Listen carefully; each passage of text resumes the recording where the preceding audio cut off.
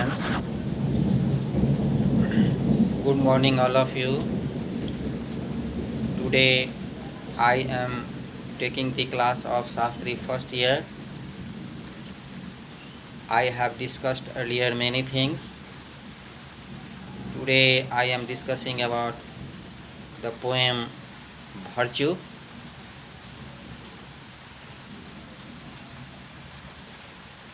Virtue is written by George Herbert. George Herbert was a great metaphysical poet. Herbert was technically very sound.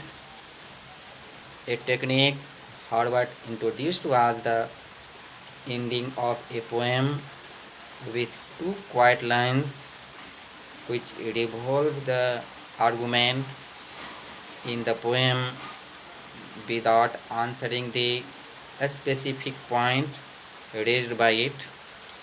Herbert occasionally explores his thought in intellectual terms but answers them with emotion. In this way, Herbert conveys the insight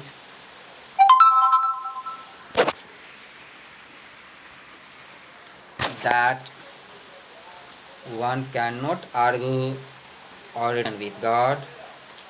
One either feels God's presence or loses the feelings. Herbert wrote no love poetry but devoted his poetic works to God. Herbert was considered as almost a saint. Herbert's poetry is certainly about struggles of religious kind.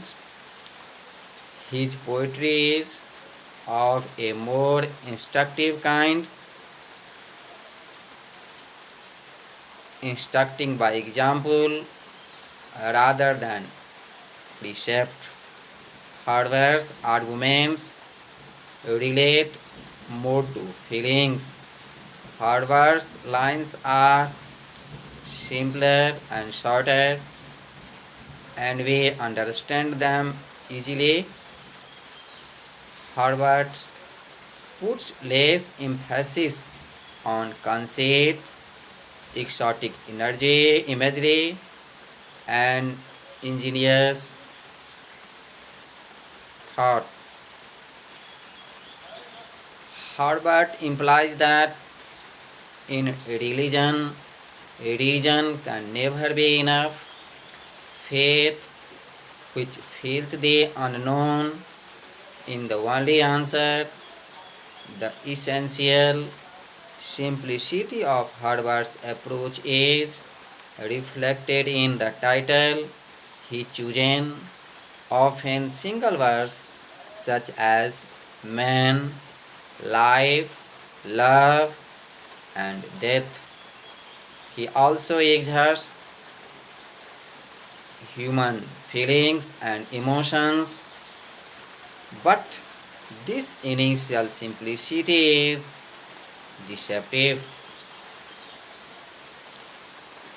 The dedicated poem Virtue is based that was composed by George Herbert. He was one of the greatest metaphysical poets. In this poem, Herbert speaks of permanence of virtuous soul. In this world of impermanence, beautiful things and beauty itself are subject to decay, but a truly virtuous soul remain unchanged through all eternally.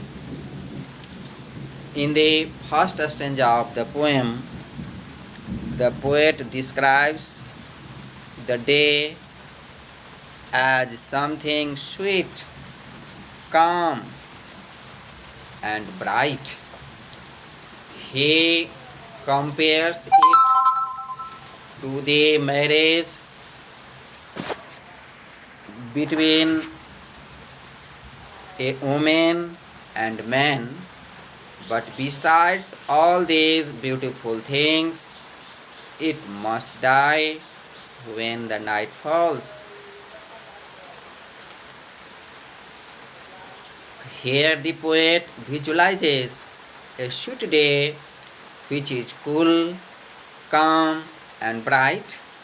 He fancies that the day represents the day waiting of the earth and the skies, as if they have worked together in order to bring about the day.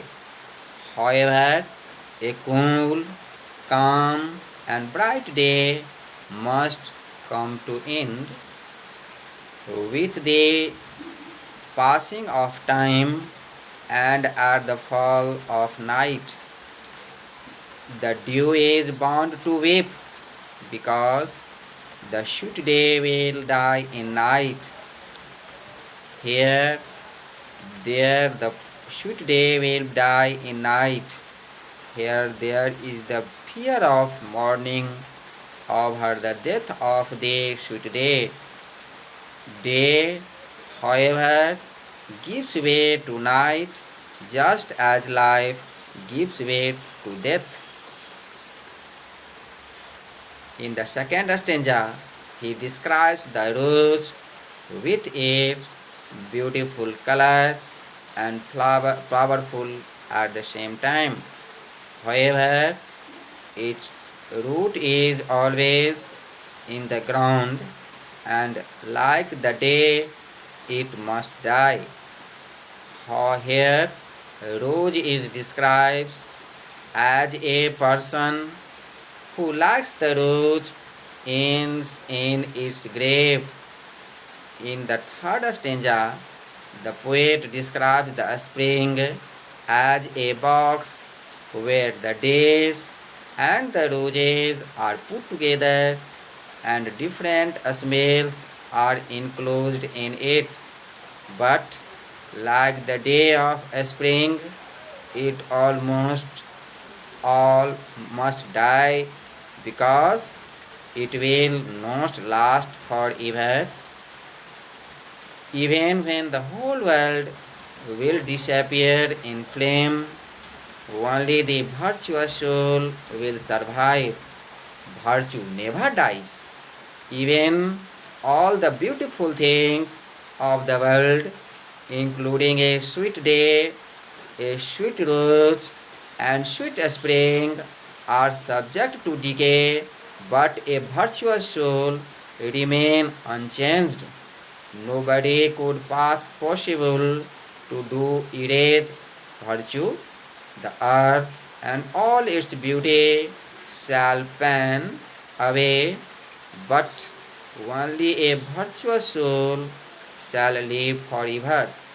To assert these points, Herbert uses three images in the poem. First of all, he speaks of a sweet day which must come to an end and be swallowed up by dark night. Secondly, he refers to a sweet rose which, in spite of its sweet color and fragrance, is destined to wither. Thirdly, he speaks of a spring with which its music and color is damaged to sink into oblivion. At last, this poem